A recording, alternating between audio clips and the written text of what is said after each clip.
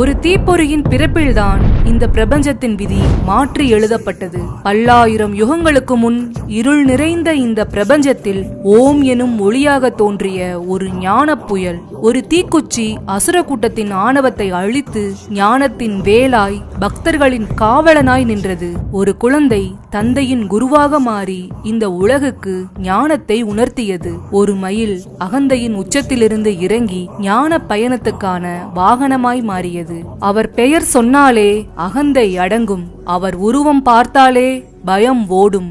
அவர்தான் தமிழர்களின் நம்பிக்கையான வேலாயுதன், முருகக்கந்தன். அன்பும் வீரமும் அழகும் கலந்த தமிழ் கடவுள், நம் எல்லார் உள்ளங்களிலும் நிறைந்திருக்கும் ஞானப்பழம், முத்துக்குமரன், ஆறுமுகன், வேலவன், கந்தன், இத்தனை பெயர்களை கொண்ட ஒரே கடவுள் நம் முருகப்பெருமான். இந்த வீடியோல நம்மளோட முருகனை பத்தி, அவரோட பெருமைகளை பத்தி, அவர் எப்படி தமிழர்களின் வாழ்க்கையோட பின்னி பிணைஞ்சிருக்காரு, எத்தனையோ வலிமையான பறவைகள் இருக்க ஏன் மயிலையும் சேவலையும் வாகனமாவும் கொடியாவும் மாத்திக்கிட்டாரு, எத்தனையோ ஆயுதங்கள் இருக்க ஏன் வேல் மட்டும் அவருக்கு ஆயுதமா அமைஞ்சதுன்னு விரிவா பார்க்க போறோம். வீடியோக்குள்ள போறதுக்கு முன்னாடி உங்களுக்கு முருகனை பிடிக்கும்னா வீடியோக்கு ஒரு லைக் பண்ணிட்டு ஓம் சரவண பவன்னு கமெண்ட் பண்ணுங்க. எம்பெருமான் முருகன் எப்படி பிறந்தார்னு நம்ம எல்லாருக்குமே தெரியும். ஆனா அதுக்கு முன்னாடி நிறைய விஷயங்கள் நடந்துச்சு. ரொம்ப காலத்துக்கு முன்னாடி தட்சன், காஷ்யபர்னு 2 பிரம்ம ரிஷிகள் பிரம்மாவை நோக்கி கடுமையா தவம் செஞ்சாங்க. அந்த தவத்துல தட்சன் தனக்கு அரச வாழ்க்கை வேணும்னு கேட்டு அதையே அடைஞ்சாரு. காஷ்யபர் நான் ஒரு முனிவராவே இருக்கணும்னு சொல்லி அதே மாதிரி ஒரு வாழ்க்கைய தேர்ந்தெடுத்தாரு. தட்சனோட தவத்துக்கு பலனா உலகத்துக்கே தாயான சக்தி தேவியே அவருக்கு மகளா பிறந்தாங்க. ஆதி அந்தம் இல்லாத சிவபெருமான் தட்சனுக்கு மருமகனா வந்த பெரிய பாக்கியமும் தட்சனுக்கு கிடைச்சது. யாருக்கும் கிடைக்காத பெரிய பேரு அவனுக்கு கிடைச்சும் அவன் கர்வத்தால சிவபெருமான மதிக்காம அழிஞ்சு போயிட்டான். காஷ்யபரோ தவம் பண்றப்போ மாயைன்னு ஒரு அழகான பெண்ணை பார்த்து அவ மேல ஆசைப்பட்டு தன்னோட தவத்தோட பலனை முழுசா தொலைச்சிட்டாரு. அவளோட சேர்ந்து பிள்ளைகளை பெத்துக்கிட்டாரு. காஷ்யபரும் மாயாவும் மனித உருவத்தோட இருந்தப்போ பிறந்தவன் தான் சூரபத்மன். அவங்க யானை முகத்தோட கூடினப்போ பிறந்தவன் தாரகாசுரன். அதுக்கப்புறம் சிங்க முகத்தோட இருந்தப்போ சிங்கமுகாசுரன் பிறந்தான். தனக்கு பிறந்தவங்க எல்லாருமே அசுரர்கள்னு தெரிஞ்சதும் காஷ்யபர் ரொம்பவே கவலைப்படுறாரு. அவர் தன்னோட மகன்களை கூப்பிட்டு, உலகத்திலேயே ரொம்ப உயர்ந்தவர் சிவபெருமான், நீங்க அவர் எந்த காரணத்துக்காகவும் பகச்சுக்காதீங்க. அவரை நோக்கி தவம் செஞ்சு அவர்கிட்ட வேணுங்கிற வரங்களை வாங்கி வாழ்க்கைய நல்ல முறையில வாழுங்கன்னு அறிவுரை சொல்றாரு. அது மட்டும் இல்லாம சிவபெருமான மதிக்காம இருந்த தட்சனோட கதையையும் சொன்னாரு. காஷ்யபர் சொன்னதை கேட்ட அவரோட மகன்கள் 3 பேருமே இன்னையில இருந்து சிவபெருமான் தான் எங்கள் தெய்வம், நாங்க அவரையே கும்பிடுறோம்னு சொன்னாங்க. அதுக்கப்புறம் தந்தையோட அறிவுரைப்படி அவங்க 3 பேரும் சிவபெருமான நோக்கி தவம் செஞ்சாங்க. அவங்களோட கடுமையான தவத்துல மகிழ்ந்து போன சிவபெருமானோ அவங்களுக்கு வரம் கொடுக்கறதுக்காக வந்தாரு. சிவபெருமான பார்த்த சந்தோஷத்துல அவங்க 3 பேரோட மனசுலயும் பேராசைங்கிற ஒரு மாயை உள்ள நுழைஞ்சிருச்சு. அவங்க தந்தை சொன்ன அறிவுரைய மறந்துட்டாங்க. 1008 உலகங்களையும் 108 அண்டங்களையும் ஆள்ற வரத்தையும் அது கூடவே சாகாத வரத்தையும் கேட்டாங்க. இதை கேட்டதும் சிவபெருமான், சூரபத்மா, நீ கேட்ட முதல் 2 வரங்களையும் தரேன், ஆனா சாகாத வரம்னு ஒண்ணு இந்த பூமியில பிறந்த எந்த உயிருக்கும் கிடையாது, அதனால உனக்கு உன் மரணத்தை தேர்ந்தெடுக்கக்கூடிய வரத்தை தர்றேன்னு சொல்றாரு. உடனே சூரபத்மன் கர்வத்தோட தான் ரொம்ப புத்திசாலின்னு நினைச்சுக்கிட்டு, சாமி, பெண்ணுக்கு பிறக்காத ஆனா பெண்ணுக்கு மகனா இருக்கிற ஒருத்தனாலதான் எனக்கு முடிவு வரணும்னு கேட்டான். அதே மாதிரி வரம் கொடுத்துட்டு சிவபெருமானும் மறைஞ்சிட்டாரு. அப்போல இருந்து சூரபத்மனோட அட்டகாசங்கள் ஆரம்பமாச்சு. தன்னை அழிக்கிறதுக்கு யாருமே இல்லைங்கிற கர்வம் அவனோட கண்ணை மறைச்சது. முனிவர்களையும் ரிஷிகளையும் ரொம்பவே கஷ்டப்படுத்துறான். தேவர்களையும் நவ கிரகங்களையும் கூட அடிமையாக்கி சிறையில அடைச்சிடுறான். தேவலோக பெண்களுக்கு அவன் பண்ண கொடுமைகளை சொல்லவே முடியாது. அசுரர்கள் இந்திராணியையும் சிறையில அடைக்க முயற்சி செஞ்சப்போ அவ தன்னை ஒரு பூவா மாத்திக்கிட்டு அங்க இருந்து தப்பிச்சிட்டா. அவனோட கொடுமைய பார்த்து எல்லா உலகங்களுமே நடுங்குச்சு. மழையும் காற்றும் வெயிலும் கூட அவனை கேட்டுட்டு தான் அவங்கவங்க வேலையை செய்யணும்னு ஒரு நிலைமை. அப்போ நாரதர் பிரம்மாவையும் மகாவிஷ்ணுவையும் கூட்டிக்கிட்டு கைலாயம் வந்தாரு. அங்க உலகாளும் ஈசன் கிட்ட தேவர்களோட நிலைமைய சொல்லி எங்களை காப்பாத்துங்கன்னு கேட்டாரு. சிவபெருமானுக்கு ஈசானம், தத்புருஷம், அகோரம், வாமதேவம், சத்யோஜாதம்னு 5 முகங்கள் இருக்கு. அதோட ஞானிகள் மட்டுமே பார்க்க முடிகிற ஒரு முகமா அதோமுகம்னு சொல்லப்படுற ஞான முகம் இருக்கு. ஒவ்வொரு முகத்திலையும் இருந்து ஒரு நெருப்பு பொரிய வர வச்சு அத தன்னோட நெத்திக் கண்ணால வெளியிட்டாரு. அந்த கணத்துல உலகமே ஒரே வெப்பமயமா மாறிடுச்சு. அந்த வெப்பத்தை தாங்க முடியாத பார்வதி தேவி அங்க இருந்து ஓடுனாங்க. அவங்க ஓடுற வேகத்துல அவங்க கால்ல அணிஞ்சிருந்த கொலுசுல இருந்த நவரத்னங்கள் சிதறி போச்சு. அந்த நவரத்னங்கள்ல நெருப்போட வெப்பம் பட்டு அதுக எல்லாமே நவ வீரர்களா உருவானாங்க. அக்னி பகவான் அந்த நெருப்பை கொண்டு போய் சரவண பொய்கையில சேர்த்தாரு. அங்க அந்த நெருப்போட வெப்பம் தணிஞ்சது. அழகான 6 தாமரை மலர்கள்ல 6 குழந்தைகள் சிவப்பு நிறத்துல ஜொலிச்சிட்டு இருந்தாங்க. அவங்கள கார்த்திகை பெண்கள் 6 பேரும் எடுத்து பால் கொடுத்து வளர்த்தாங்க. அன்னை சக்தி தன்னோட சக்திகளை அவங்களுக்கு கொடுத்தாங்க. அதனால அந்த பெண்களுக்கும் தெய்வாம்சம் கிடைச்சது. பார்வதி தேவி அந்த 6 குழந்தைகளையும் சேர்த்து அணைக்கிறப்போ 6 முகங்களும் 12 கரங்களும் கொண்ட ஒரே குழந்தையா, அதாவது 6 முகனா மாறினாரு. இதனாலேயே இவருக்கு கந்தன்கிற பேரும் வந்துச்சு. ஸ்கந்தன்னா ஒன்னா சேர்ந்தவன்னு அர்த்தம். அதுக்கப்புறம் முருகன் சிவபெருமானோட உத்தரவுப்படி தன் பிறப்பின் நோக்கத்தை நிறைவேற்ற சூரபத்மனோட 6 நாட்கள் போர் செஞ்சு அசுரர்களை வதம் செஞ்சாரு. இத நான் உங்களுக்கு சுருக்கமா சொல்லிருக்கேன். முருக பெருமானோட அவதாரத்தை தெளிவா தெரிஞ்சுக்கணும்னா நம்ம சேனல்ல கந்தபுராணம் வீடியோ அப்லோட் பண்ணிருக்கோம். அதோட லிங்க கமெண்ட் பாக்ஸ்ல பின் பண்றேன். எல்லாரும் மிஸ் பண்ணாம அந்த வீடியோவை பாருங்க. கண்டிப்பா உங்களுக்கு பிடிக்கும். இப்போ முருகனுக்கு இருக்கிற பெயர்களோட பெருமையை பத்தி பார்க்கலாம். முருகப்பெருமான் பிறந்தது வைகாசி மாசம் விசாக நட்சத்திரம் பௌர்ணமி அன்னைக்கு. அதனால அவருக்கு விசாகன்னு ஒரு பேர் இருக்கு. அவர் சிவபெருமானோட ஜோதியோட மறு உருவம், வேதத்தோட வடிவமா இருக்கிறதுனால அவருக்கு சுப்பிரமணியன்னு பேரு. எப்பவுமே இளமையா இருக்கிறதுனால குமரன், ரொம்ப அழகா இருக்கிறதுனால முருகன். முருகன்னா அழகுன்னு அர்த்தம். முருகனோட பேரு ஒரு பெரிய ரகசியத்தை உள்ளடக்கினது. முகுந்தன், ருத்ரன், கமலத்துல உதிச்ச பிரம்மா. அதனால முருகன் மும்மூர்த்திகள் செய்யற படைத்தல், காத்தல், அழித்தல்னு 3 வேலையையும் செஞ்சு மக்களுக்கு அருளை தர்ற ஒரு கருணை நிறைந்த கடவுளா இருக்காரு. முருகனோட 6 முகங்களும் வெறும் வடிவங்கள் மட்டும் கிடையாது. அது ஒவ்வொரு குணத்தையும் ஒவ்வொரு தத்துவத்தையும் குறிக்குது. ஒரு முகம் ஞானத்தை உணர்த்துது, அறியாமைங்கிற இருளை நீக்கி அறிவை வெளிச்சமா காட்டுது. ஒரு முகம் பேரழகை காட்டுது, இளமையும் பொலிவும் நிறைந்த அவரோட அழக இது குறிக்குது. ஒரு முகம் வீரத்தை குறிக்குது, அசுரர்களை அழித்து நல்லவர்களை காப்பாற்றுகிற அவரோட வல்லமையை இது உணர்த்துது. ஒரு முகம் பக்தர்களுக்கு அருள் கொடுக்குது, தன்னை மனசார வணங்குறவங்க எல்லாரையும் காக்குற கருணை உள்ளத்தை இந்த முகம் காட்டுது. ஒரு முகம் தன்னோட பக்தர்களை காத்து அவங்களுக்கு மோட்சத்தை தர்றத குறிக்குது. ஒரு முகம் வேள்விகள், யாகங்கள், பூஜைகள் இதையெல்லாம் ஏற்றுக்கிற குணத்தை குறிக்குது. இந்த 6 குணங்களையும் கொண்டவர் தான் முருகப்பெருமான். அதனாலதான் அவரை வணங்குறப்போ நமக்கு முழுமையான ஞானமும் அருளும் வெற்றியும் கிடைக்கும். முருகனோட 6 முகங்களும் மற்ற தெய்வங்களோட சக்திய உள்ளடக்கியதா பார்க்கப்படுது. ஒரு முகம் மகாவிஷ்ணுவை குறிக்குது. விஷ்ணு பகவான் மாதிரி முருகனும் உலகை காக்குற தொழில்ல ஈடுபடுறாரு. 2வது முகம் அக்னி பகவான குறிக்கும். அக்னியை போல முருகனும் ஒளியா இருந்து இருளை, அதாவது அறியாமைய அழிக்கிறாரு. 3வது முகம் தத்தாத்ரேயரை குறிக்கும். தத்தாத்ரேயர் மாதிரி முருகனும் முழுமையான ஞானத்தை உணர்த்துபவர். 4வது முகம் பிரம்மதேவரை குறிக்கும். பிரம்மனை போல முருகப்பெருமானும் படைக்கும் தொழில மேற்கொள்வத இது குறிக்கும். 5வது முகம் சிவபெருமான குறிக்குது. சிவபெருமானோட 5 முகங்களை போலவே முருகனும் அழித்தல், காத்தல், படைத்தல், அருளல், மறைத்தல்னு 5 தொழில்களை செய்யறாரு. 6வது முகம் கந்தன், அதாவது முருகனை குறிக்குது. மற்ற தெய்வங்களோட அம்சங்களை உள்ளடக்கி முழுமையா அருள் செய்யற கந்தனோட முகம்தான் இது. இப்படி முருகன் மற்ற தெய்வங்களோட சக்திகளையும் உள்ளடக்கி முழுமையான கடவுளா இருக்காரு. முருகு அப்படின்னா அழகு, இளமை, இயற்கையான மனம், இந்த 3 குணங்களும் இணைஞ்சவர் முருக கடவுள். அதனாலதான் அவருக்கு முருகன் அப்படின்னு பேரு. முருகனோட ஞானம் எவ்வளவு பெருசுனா தன்னோட தந்தைக்கே பிரணவ மந்திரத்தோட பொருளை சொன்னவர் அவரு. அதனாலதான் அவர் சுவாமிநாதன்னு அழைக்கப்படுறாரு. முருகன் வெறும் கடவுள் இல்ல, நம்ம கலாச்சாரத்தோட அடையாளம். தேவர்களை காப்பாத்த சூரபத்மனை அழிச்சவர். ஒரு படை தளபதியா அவரோட வீரம் நமக்கு தன்னம்பிக்கையே கொடுக்குது. இதுல ஒரு சுவாரஸ்யமான விஷயம் என்னன்னா, முருகன் படை தளபதியா பொறுப்பேற்றப்போ தேவர்கள் அவரோட வீரத்தை பார்த்து வியந்து போனாங்க. அசுரர்களை ஒரு நொடியில அழிக்கிற சக்தி இருந்தாலும் அவங்களுக்கும் திருந்துறதுக்கு ஒரு வாய்ப்பு கொடுத்து இன்று போய் நாளை வான்னு சொன்னாரு. இறுதியில பகைவனா இருந்தாலும் அவனையும் ஆட்கொண்டு தன்னோட வாகனமாவும் கொடியாவும் மாத்திக்கிட்டாரு. முருகனோட அழகுக்கு மயங்காதவங்க யாருமே இல்ல.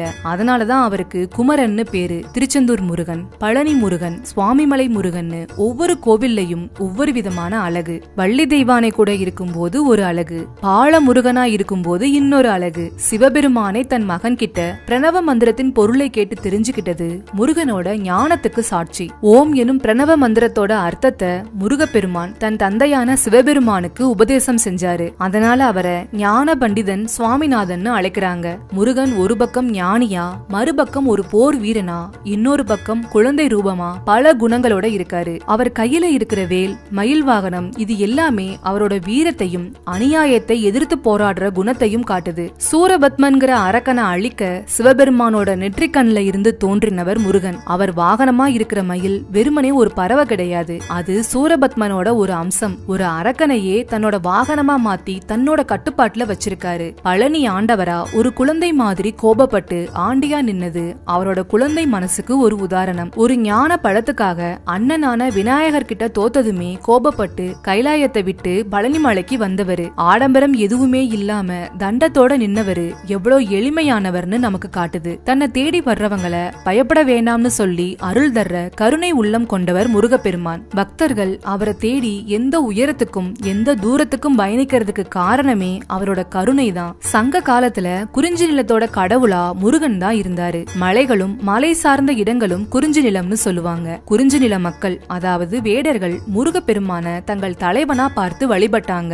அந்த காலத்து மக்கள் முருகனை வெறியாட்டமாடி வழிபட்டாங்க. முருகனை புகழ்ந்து குரவை பாடி ஆடுறது அவங்களோட வழக்கம். மலைகள்ல வேட்டையாடுறப்போ கிடைச்ச பொருட்களை முருகனுக்கு படைப்பாங்க. இந்த குறிஞ்சி நில மக்கள் ரொம்பவும் தைரியசாலிகள். அவங்க வில்வித்தையில சிறந்து விளங்குனவங்க. குறிஞ்சி நிலத்துல கிடைக்கிற தேன், தினைமாவு இதெல்லாம் வச்சு முருகப்பெருமானுக்கு படைப்பாங்க. இந்த கதைகளை எல்லாம் கேக்குறப்போ நமக்கு முருகனோட வாழ்வும் தமிழர்களோட வாழ்வும் எப்படி பிரிக்க முடியாத அளவுக்கு ஒன்னோட ஒண்ணு கலந்திருக்குன்னு தெரியும். முருகனை சேயோன்னு சொல்லுவாங்க. இதுக்கு காரணம் சிவந்த நிறம் கொண்டவன்னு அர்த்தம். முருகன் சிவந்த நிறத்தோட இருக்கிறதுனால இந்த பேர் அவருக்கு வந்துடுச்சு. சேய்னா குழந்தைன்னு ஒரு அர்த்தம் இருக்கு. முருகப்பெருமான் சிவபெருமானோட குழந்தை, அதனால அவரை சேயோன்னு சொல்றாங்க. இந்த பேரு சங்க இலக்கியங்கள்ல நிறைய இடங்கள்ல பயன்படுத்தப்பட்டிருக்கு. முருகனோட அறுபடை வீடுகள் அவர் செஞ்ச முக்கியமான வீர செயல்களோட தொடர்புடையது. ஒவ்வொரு படை வீடும் முருகனோட ஒரு குணத்தை காட்டுது. திருப்பரங்குன்றம், இது முதல் படை வீடு. இங்கதான் முருகன் தேவர்களோட தலைவனான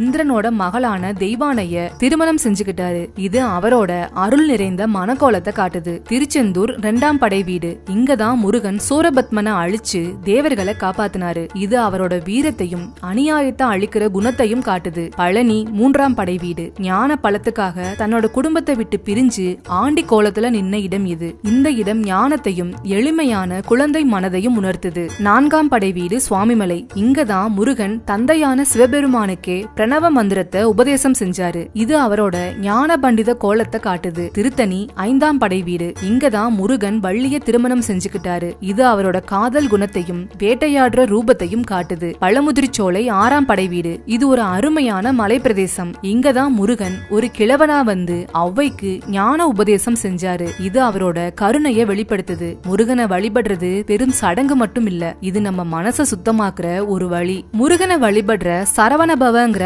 6 எழுத்துக்களை கொண்ட ஒரு சக்தி வாய்ந்த மந்திரம் இருக்கு. இந்த 6 எழுத்துக்களுக்கும் 6 பெரிய நன்மைகள் இருக்கு. இந்த எழுத்து லட்சுமி தேவியோட அருளை கொடுக்கும். இத சொன்னா பண பிரச்சனை தீரும், செல்வ வளம் பெருகும். இந்த எழுத்து சரஸ்வதி தேவியோட அருளை குறிக்குது. இத சொன்னா அறிவு வளரும், கல்வியில வெற்றி கிடைக்கும். இந்த எழுத்து வாழ்றதுக்கு தேவையான எல்லா சுகத்தையும் கொடுக்கும், அதுக்கப்புறம் மோட்சத்தையும் தரும். நங்கிற எழுத்து எதிரிகளை ஜெயிக்கிற சக்தியை கொடுக்கும். நம்மளோட எதிரிகளா இருக்கிற தீய எண்ணங்கள், கஷ்டங்கள் எல்லாத்தையுமே நாம ஜெயிக்கலாம். பங்கிற எழுத்து மரண பயத்துல இருந்தும் ஆபத்துக்கள்ல இருந்தும் நம்மளை காப்பாத்தும், நீண்ட ஆயுளையும் தரும். வங்கிற எழுத்து நோய் இல்லாத வாழ்க்கையை கொடுக்கும், உடல் ஆரோக்கியத்தை மேம்படுத்தும். இந்த 6 எழுத்துக்களையும் ஒன்னா சேர்த்து சொன்னா முருகனோட முழு அருளும் கிடைக்கும். இந்த மந்திரம் எல்லா நன்மைகளையும் ஒன்னா கொடுக்கிற ஒரு சக்தி வாய்ந்த மந்திரம். இப்போ முருகனுக்குரிய பல சிறப்புகளை பார்க்கலாம். சிவபெருமானுக்கே பிரணவ மந்திரத்தோட பொருளை சொல்லி அவருக்கே குருவா ஆன ஞான பண்டிதன். தமிழ் மொழிய முதலா அகத்தியருக்கு கத்து கொடுத்த தமிழ் கடவுள். உலகத்துல எந்த தெய்வத்திற்கும் இல்லாத சிறப்பா முருகனுக்கு மட்டும் 6 முக்கியமான வீடுகள் இருக்கு. இது அவரோட ஒவ்வொரு வீர செயல்களையும் குறிக்குது. அவர் கையில இருக்கிற வேல் வெறும் ஆயுதம் மட்டும் இல்ல, இது ஞானத்தோட அடையாளம். அறியாமைய அழிக்கிற சக்தி இதுக்கு இருக்கு.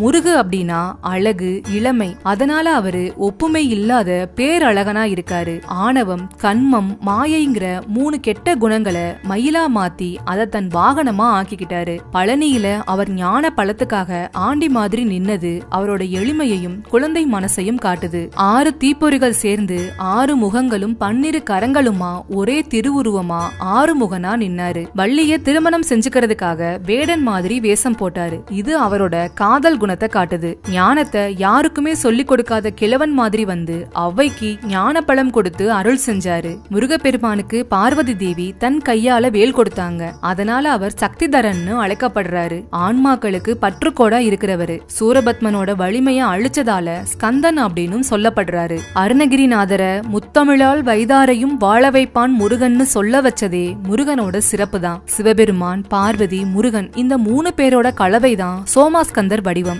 இது முருகனோட தனிப்பட்ட சிறப்பு. இப்போ முருகப்பெருமானோட ஆயுதமா இருக்கிற வேல் பத்தி பார்க்கலாம். அவர் கையில இருக்கிற வேல் ஞானம், அழகு, வீரம், வைராகியம், புகழ், இச்சாசக்தி, கிரியாசக்தி, ஞான சக்தின்னு பல குணங்களை உள்ளடக்கினது. வேலன் அப்படின்னா வேலை தன்னோட கையில ஆயுதமா வச்சிருக்கிறவன்னு அர்த்தம். முருகன் கையில இருக்கிற வேல் சாதாரணமா ஒரு ஆயுதம் கிடையாது. அது ஞானத்தோட அடையாளம். அதாவது எல்லா அறியாமையையும் அழிச்சு ஞானத்தை பெருக்கக்கூடிய ஒரு சக்தி இந்த வேலுக்கு இருக்கு. சூரபத்மன்கிற அசுரனை அழிக்கிறதுக்காக பார்வதி தேவி தன் கையால முருகனுக்கு வேலை கொடுத்தாங்க. அந்த வேல் அவரோட வீரத்தையும் அநீதியா அழிக்கிற குணத்தையும் காட்டுது. அதனாலதான் முருகன் வெறும் போர் வீரன் மட்டும் இல்ல, ஞானத்துல சிறந்தவரும் கூட. இப்படி தன்னோட ஞானத்தையும் வீரத்தையும் குறிக்கிற வேலாயுதத்தை எப்பவுமே கையில வச்சிருக்கிறதுனாலதான் முருகனுக்கு வேலன்கிற பேரும் வந்துச்சு. முருகன் வேலை எடுத்ததுக்கு முக்கியமா 2 காரணங்கள் சொல்லப்படுது. சூரபத்மன்கிற அசுரனை அழிக்கிறதுக்காக பார்வதி தேவி தன்னோட சக்திகளை எல்லாம் ஒண்ணு திரட்டி அதை ஒரு ஆயுதமா மாத்தி முருகனுக்கு கொடுத்தாங்க. அந்த ஆயுதம் தான் வேல். அதனால வேல்ங்கிறது ஒரு ஆயுதம் மட்டும் இல்ல, அது அன்னை பராசக்தியோட வடிவமாவே பார்க்கப்படுது. வேல் ஞானத்தோட வடிவமாவும் இருக்கு. வேலோட நுனிப்பகுதி கூர்மையா இருக்கும், நடுப்பகுதி அகலமா இருக்கும், அடிப்பகுதி ஆழமா இருக்கும். இது என்ன சொல்லுதுன்னா ஒருத்தரோட அறிவு கூர்மையா விசாலமா அதே சமயம் ஆழமாவும் இருக்கணும்னு சொல்லுது. முருகன் கையில இருக்கிற வேலுக்கு பல சிறப்புகள் இருக்கு. வெல் அப்படிங்கிற வினைச்சொல்லுல இருந்துதான் வேலுங்கிற பெயர் வந்துச்சு. அதனால வேல் அப்படின்னா வெற்றின்னு அர்த்தம். அதை ஏந்தினவங்களுக்கு அது நிச்சயமா வெற்றியை கொடுக்கும். அதனாலதான் வெற்றி வேல்னு சொல்லுவாங்க. ஒருத்தரோட மனசுல இருக்கிற கெட்ட எண்ணங்கள், ஆணவம், அறியாமை இதையெல்லாம் அழிக்கிற சக்தி அந்த ஞான வேலுக்கு இருக்கு. முருகனை மனசார நம்பி வணங்கினவங்களுக்கு எந்த ஆபத்து வந்தாலும் முருகன் வர்றதுக்கு முன்னாலேயே வேல் போய் அவங்கள காக்கும் அப்படிங்கிற ஒரு நம்பிக்கை இருக்கு. வேலுண்டு வினையில்லைன்னு சொல்றது இதனாலதான். முருகனோட சிலைகள் இல்லாத சில கோவில்கள்ல வேலை மட்டும் வச்சு வணங்குற வழக்கம் இருக்கு. வேல் வழிபாட்ட சக்தி வழிபாடுன்னு சொல்லுவாங்க. ஏன்னா இது பார்வதி தேவியோட அம்சம். இப்போ மயிலையும் சேவலையும் முருகன் தனக்கு வாகனமாவும் கொடியாவும் எடுத்துக்கிட்டதுக்கான காரணத்தை பார்க்கலாம். முருகனுக்கும் சூரபத்மன்கிற அசுரனுக்கும் பெரிய போர் நடந்துச்சு. அந்த போர்ல சூரபத்மன் பல வடிவங்களை எடுத்து முருகனோட சண்டை போட்டான். கடைசியா ஒரு பெரிய மாமரமா மாறி நின்னான். அப்போ முருகன் தன் கையில இருந்த வேலாயுதத்தால அந்த மாமரத்தை 2ஆ பிளந்தாரு. அப்ப சூரபத்மன் முருகனோட ஞானத்தை உணர்ந்து தன்னோட தப்ப மன்னிக்கும்படி வேண்டிக்கிட்டான். உடனே முருகப்பெருமான் அந்த மாமரத்தோட 2 பாகத்துல ஒரு பாகத்தை மயிலாவும் இன்னொரு பாகத்தை சேவலாவும் மாத்தினாரு. அவர் செஞ்ச இந்த அற்புதத்தால சூரபத்மன் ஆணவம் நீங்கி சாதுவா மாறினா. அதுக்கப்புறம் மயில தன்னோட வாகனமாவும் சேவலை தன்னோட கொடியாவும் வச்சுக்கிட்டாரு. இப்படித்தான் மயிலும் சேவலும் முருகனுக்கு உகந்த பறவைகளா மாறுச்சு. இந்த மயில் சேவல் 2மே பறவைகள் மட்டும் கிடையாது. இதுக்கு பின்னாடி சில தத்துவங்களும் இருக்கு. முதல்ல மயில் அழகுக்கு எடுத்துக்காட்டு. ஆனா அது அழகோட மட்டும் இல்லாம ஞானத்தோட அடையாளமாவும் இருக்கு. மயில் தன்னோட தோகையை விரிக்கிறப்போ அது ஓம்ங்கிற பிரணவ மந்திரம் மாதிரி இருக்கும்னு சொல்வாங்க. அதாவது ஞான சொரூபியான முருகன் ஓம்கார வடிவமான மயில் மேல ஏறி வர்றாரு. மயில் வாகனத்தோட முக்கியமான தத்துவம் என்னன்னா சூரபத்மனோட அகந்தை அழிஞ்சு அவன் இறைவனோட வாகனமா மாறின மாதிரி ஒருத்தரோட மனசுல இருக்கிற ஆணவம், அகந்தை, மாயை இதெல்லாம் நீங்கி அவங்க இறைவனை சரணடையணும்ங்கிறத மயில் காட்டுது. அடுத்து சேவல் அதிகாலையில கூவி உலகத்துக்கு விடியல் வந்துடுச்சுன்னு அறிவிக்கும். இது என்ன சொல்லுதுன்னா அறியாமைங்கிற இருள் நீங்கி ஞானம்ங்கிற ஒளி வரப்போகுது. முருகனோட சேவர் கொடி அறியாமை இருளை நீக்கி ஞானத்தை பரப்புறத குறிக்குது. சேவல் கோழி குஞ்சுங்க மேல வர்ற ஆபத்தை எதிர்த்து போராடி அதை பாதுகாக்கும். அதே மாதிரி முருகனோட சேவல் கொடி தன்னை வணங்குற பக்தர்களை எல்லா ஆபத்துக்கள்ல இருந்தும் காக்கும்ங்கிறத உணர்த்துது. மத்த கடவுள்கள் மாதிரி இல்லாம முருகப்பெருமான் எந்த பிறவியும் எடுத்ததில்ல. அவர் நேரடியா இந்த பிரபஞ்சத்துக்கு சிவபெருமானோட சக்தி ரூபமா வந்தவர். சுப்பிரமணியன், அதாவது சூங்கிறது மங்களம், பிரம்மண்யம்ங்கிறது வேத அறிவு. இந்த சொற்கள்ல இருந்துதான் சுப்பிரமணியன்கிற பேர் வந்திருக்கு. இதுவும் முருகன் பிறப்புக்கு அப்பாற்பட்டவர்ங்கிறத உணர்த்துது. பொதுவா முருகனோட சிலைகள்ல நிக்கிற மயில் தன்னோட ஒரு காலால பாம்பை மிதிச்சுக்கிட்டு இருக்கிற மாதிரி இருக்கும். இந்த பாம்பும் வெறுமனே ஒரு உருவம் இல்ல, இதுவும் ஒரு தத்துவத்தை நமக்கு உணர்த்துது. பாம்பு ஆணவம், ஆசை, பொறாமை, பொய்ங்கிற தீய குணங்களோட அடையாளம். மயில் அந்த பாம்பை மிதிக்கிறது முருகப்பெருமான் தன் பக்தர்களோட மனசுல இருக்கிற இந்த தீய குணங்களை அழிச்சு ஞானத்தையும் நல்ல எண்ணங்களையும் தருவாருங்கிறத குறிக்குது. இயல்பாவே மயிலுக்கு பாம்பு எதிரி. மயில் பாம்பை அடிச்சு சாப்பிடும். ஆனா முருகன் கிட்ட இவங்க 2 பேரும் ஒன்னா இருக்காங்கன்னா அதுக்கு பின்னாடியும் ஒரு தத்துவம் இருக்கு. மயில்ங்கிறது சூரபத்மன்கிற அசுரனோட அகந்தை, ஆணவம். முருகன் அந்த அகந்தைய அழிச்சு அதை தன்னோட வாகனமா ஆக்கிக்கிட்டாரு. அதே மாதிரி பாம்பு மனித மனசுல இருக்கிற தீய எண்ணங்களோட குறியீடு. முருகன் தன்னோட ஞானத்தால இயற்கையில எதிரிகளா இருக்கிற மயிலையும் பாம்பையும் சமாதானப்படுத்தி ஒன்னா வச்சிருக்காரு. அதாவது பகைமையின் குறியீடான பாம்பையும் ஆணவத்தின் குறியீடான மயிலையும் தன் கட்டுப்பாட்டுல வச்சிருக்காரு. இதுக்கு அர்த்தம் என்னன்னா முருகனோட சக்திக்கு முன்னாடி எந்த எதிரி சக்தியும் ஒன்னும் இல்லைங்கிறது தான். அதனால பகைமை, பொறாமை, ஆணவம் இது எல்லாமே முருகனோட அருள் இல்லாம கட்டுப்படுத்த முடியாதுங்கிறது தான் இந்த தத்துவத்தோட ஆழமான பொருள். பொதுவா நாம எல்லாருமே ஒவ்வொரு தேவைக்கும் ஒவ்வொரு கடவுளை வணங்குவோம். நல்லா படிக்கணும்னா சரஸ்வதி, பொருள் வேணும்னா லக்ஷ்மி, வீரம் வேணும்னா துர்கைன்னு பல தெய்வங்களை பல காரணங்களுக்காக வணங்குவோம். ஆனா முருகப்பெருமான மட்டும் எல்லா காரணங்களுக்காகவும் வணங்க முடியும். அது என்னன்னு வரிசையா தெரிஞ்சுக்கலாம். உடம்புல இருக்கிற நோய்கள் நீங்கி ஆரோக்கியம் பெறுகிறதுக்கு கந்தசஷ்டி விரதம் இருக்கிறது. முருகனுக்கு சந்தன அபிஷேகம் செஞ்சு அந்த சந்தனத்தை பிரசாதமா வாங்கி நெத்தியில பூசிக்கிறது. இதோட பலன் என்னன்னா உடல் நோய்கள் எல்லாம் நீங்கும். குறிப்பா தோல் தொடர்பான பிரச்சனைகள் சரியாகும். உடல் ஆரோக்கியம் மேம்படும். ஞானம் பெருகவும் கல்வியில சிறக்கவும் சுவாமிமலை முருகன் கோவிலுக்கு போய் வணங்குறது, முருகனுக்கு நெய் தீபம் ஏற்றுவது, கந்தர் அலங்காரம், திருப்புகழ் பாடல்களை படிக்கிறது. இதோட பலன் கல்வியில மேன்மை உண்டாகும். அறியாமை நீங்கி ஞானம் பெருகும். மாணவர்களும் நல்ல மதிப்பெண் வாங்கி வாழ்க்கையில சிறப்பா இருப்பாங்க. தொழில் வளம் பெருகி செல்வம் பெருக திருச்செந்தூர் முருகன் கோவிலுக்கு போய் கடல் நீராடி முருகனை வணங்கணும். கந்தசஷ்டி கவசம் தினமும் சொல்லணும். இதுக்கான பலன் தொழில்கள்ல இருந்த தடைகள் நீங்கும். செய்கிற காரியங்கள்ல வெற்றி கிடைக்கும். பணவரவு அதிகரிக்கும். செல்வம் பெருகும். திருமணம் நடக்கவும் குழந்தை பாக்கியம் பெறவும் திருத்தணி முருகன் கோயிலுக்கு போய் வணங்கணும். செவ்வாய்க்கிழமைகள்ல முருகனுக்கு செவ்வரளி மாலை சாத்தி விரதம் இருக்கணும். இதுக்கான பலன் திருமண தடை நீங்கும். நல்ல வரன் அமையும். குழந்தை பாக்கியம் இல்லாதவங்க முருகனை மனசார வணங்கினா நல்ல குழந்தை பெரு கிடைக்கும். வீரம் பெருகவும் பயம் நீங்கவும் வழிபாடு. பழனி முருகன் கோயிலுக்கு போய் காவடி எடுக்கிறது, வேலாயுத வழிபாடு செய்யறது. இதுக்கான பலன் மனசுல இருந்த பயம் குழப்பம் நீங்கும். தைரியம் உண்டாகும். வீரம் பெருகும். எதிரிகளை வெல்ற பலமும் கிடைக்கும். இப்படி ஒவ்வொரு தேவைக்கும் ஏத்த மாதிரி முருகனை வழிபட பல வழிகள் இருக்கு. நம்ம தேவைக்கு ஏத்த மாதிரி வழியை தேர்ந்தெடுத்து முருகப்பெருமான வணங்கினா அவன் அருள் கண்டிப்பா நமக்கு கிடைக்கும். இவ்ளோ நேரம் நீங்க முருகனோட கதையை கேட்டது வெறும் பொழுதுபோக்கு இல்ல. உங்க வாழ்க்கையில ஒரு பயம் வந்தா, ஒரு குழப்பம் வந்தா, இல்ல ஒரு கஷ்டம் வந்தா அது எல்லாமே சூரபத்மன் மாதிரி ஒரு மாயை. முருகன் தன் வேலாயுதத்தால சூரபத்மனை எப்படி அழிச்சாரோ அதே மாதிரி உங்க மனசுக்குள்ள இருக்கிற ஞானம்ங்கிற வேல் எல்லா பயத்தையும் எல்லா குழப்பத்தையும் அழிக்கும். இந்த வீடியோ முடிஞ்சதும் உங்க மனசுக்குள்ள ஒரே ஒரு குரல் மட்டும் ஒலிக்கட்டும். அதுதான் வெற்றிவேல் வீரவேல். உங்களுக்கு இந்த பதிவு பிடிச்சிருந்தா வீடியோக்கு ஒரு லைக் பண்ணிட்டு உங்க ஃப்ரெண்ட்ஸ் எல்லாருக்கும் ஷேர் பண்ணுங்க. மறக்காம நம்ம சேனலை சப்ஸ்கிரைப் பண்ணிட்டு உங்களோட எண்ணங்களை கமெண்ட்ல சொல்லுங்க. நன்றி.